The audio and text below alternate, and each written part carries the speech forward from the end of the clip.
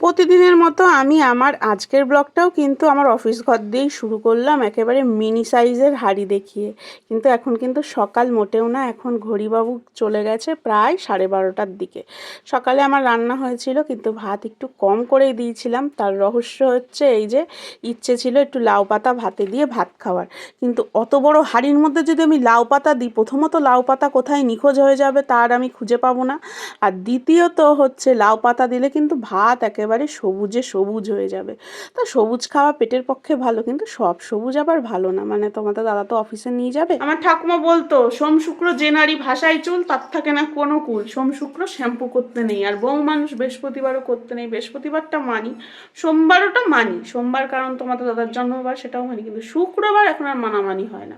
কারণ যেই দিন আমি ফাঁকা পাই সেই দিনকেই শ্যাম্পু করি, কারণ প্রিয়দর্শিনী প্যা প্যা করবে। যে দিনটা কোনো কাজকর্ম কম থাকে সেই দিনই হয়ে যায়। তো চলো, ভাতটা মনে হয় আমার হয়েই গেছে, উপর দিয়ে নিই। আর সূর্যি মামার বোধহয় গোলমালে ব্যাপার হচ্ছে, বৃষ্টি মনে হচ্ছে কিছুদিনের মধ্যেই আসবে। জানি না, এখন খবর টবরও দেখি না, খবর টবর রাখিও না যে ওয়েদার কি পরিস্থিতি চলছে না চলছে।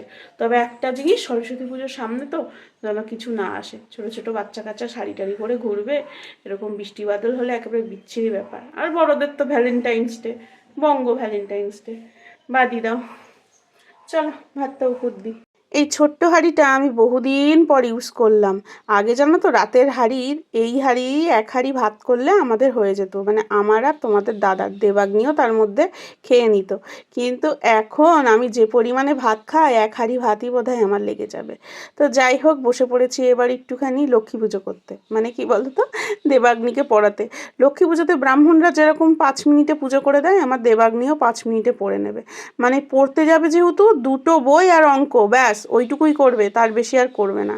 তো চলো বই খাতাপত্র সব গুছিয়ে নিই। প্রিয়দর্শিনী আর দেবাগ্নি ঘরে খেলা করছে, আর এদিকে ভাতটাও আমাকে খাওয়াতে হবে। আর বইয়ের অবস্থা দেখেছো, পড়েছে মাত্র 3টে বই, আর এদিকে সব বই হাট বাজার ছড়িয়ে রেখে দিয়েছে। তো এগুলোও তো গোছাতে হবে। এত খাচ্ছি আর এত খাটছি, তাও রোগা হচ্ছি না। মানে খাবার পরিমাণটা সত্যিই হয়তো বেড়ে গেছে।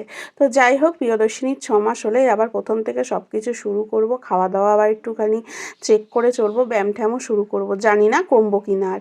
তো যাই হোক, অঙ্গনারীর ডিমটাকে আমি একটুখানি ওই ভেজে, আমি ফুলকপি আলুর ঝোল করেছিলাম, ওর মধ্যে দিয়ে দেবো। কারণ দেবাগ্নি না একটুও সবজি খেতে চাইছে না, যেভাবে পারি সবজি খাওয়াই, ওই ডালের মধ্যে সবজি দিয়ে। তারপরে ফুলকপি আলুর ঝোলটা এমনি খাবে না, যদি আমি ডিম দিয়ে দিই ভাববে হয়তো ডিমের ঝোলই হয়েছিল, তো সেটা দিয়ে খাবে। আর তার সাথেও কি বলো তো, আমাদেরও একটু টেস্টি টেস্টি খাওয়া হয়ে যাবে। ওই ডিমের তেলটার মধ্যে দিয়ে দিলাম না, তেলটা তো একটু ওর মধ্যে যাবে, তাই না, আমাদেরও একটু ভালো লাগবে। তো চলো এবার ভাত টাত বেড়ে নিই। প্রথমে মাকে দিয়ে দেবো, কারণ কি বলো তো, আমাদের দুটো শিফটে খাওয়া হয়। প্রথমে মাকে দিয়ে দিই, মা খেয়ে নেবে, তারপরে আমরা সেকেন্ড শিফটে খাই। কারণ দেবাগ্নিকে খাওয়াবো আর প্রিয়দর্শিনীকে মা ধরবে, তারপরে খাইয়ে দাইয়ে আবার আমি খাবো। এর জন্য দুটো শিফটে খাওয়া হয়। আর এখনও কিন্তু আমি বুফে সিস্টেমেই খাচ্ছি, কারণ এই বসে খাওয়ার টাইম বাপু নেই। তাও বসে অনেক সময় খাই। দেখেছো ভাতের কি পরিস্থিতি, এই ভাতটাই না দেবাগ্নিকে দেবো। একটু পাতা আমি সরিয়ে রাখছি, দেখছি মেয়ে খায় কিনা ভাতের মধ্যে মাখিয়ে মাখিয়ে, কিন্তু ঠিক বুঝতে পারবে। এর জন্য না, সবুজ ভাতটা যদি খাই তাও তো একটুখানি পেটে ওই শাক পাতার রসটা তো একটু যাবে। তো চলো, আমার দেবাগ্নুর অবস্থা দেখবে, দাঁড়াও ঘরে যাই, গিয়ে দেখাচ্ছি দেবাগ্নুর কি পরিস্থিতি। এই যে দেখো, এই সবুজ পাতা খাওয়ার ভয়তে একেবারে গুটি সুটি মেরে লেপের মধ্যে ঢুকে গেছিলো।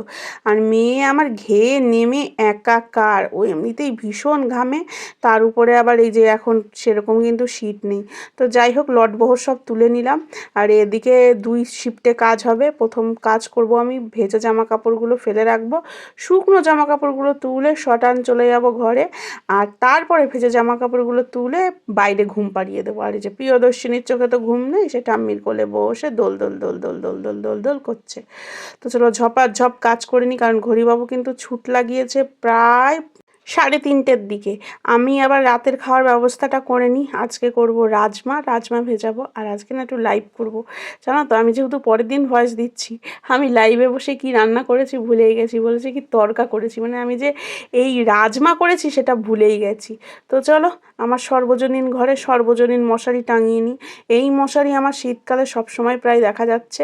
মোটামুটি মশারি আমার উঠছে বেলা নাই নাই করে 9:30 তো বেজেই যায় মশারি তুলতে তুলতে। আবার এই 3:30 বাজলেই মশারি ঘরে হয়ে যাচ্ছে। তো চলো প্রিয়দর্শিনীকে সমস্ত কিছু পরিয়ে দিই, ডাইপারও পরিয়ে দিয়েছি। এই সময় কিন্তু আমি প্রিয়দর্শিনীকে ডাইপার পরাই, মানে এই ধরো 3টে 3:30 নাগাদ পরালাম, তারপরে আবার রাতে চেঞ্জ করে আবার সকালে চেঞ্জ করে দিই। সবসময় কিন্তু আমার মেয়ে ডাইপার পরে না। আর দেবাগ্নি তো রাতে পরতো, এই ঠান্ডাতেও কিন্তু শুধু রাতেই 12টা 12:30টায় পড়তো। হার্ডওয়ার্ক কমপ্লিট, এবার টাইম ফর স্মার্ট ওয়ার্ক। যা কাজ বাজ সব মিটিয়ে নিয়েছি, নিয়ে 1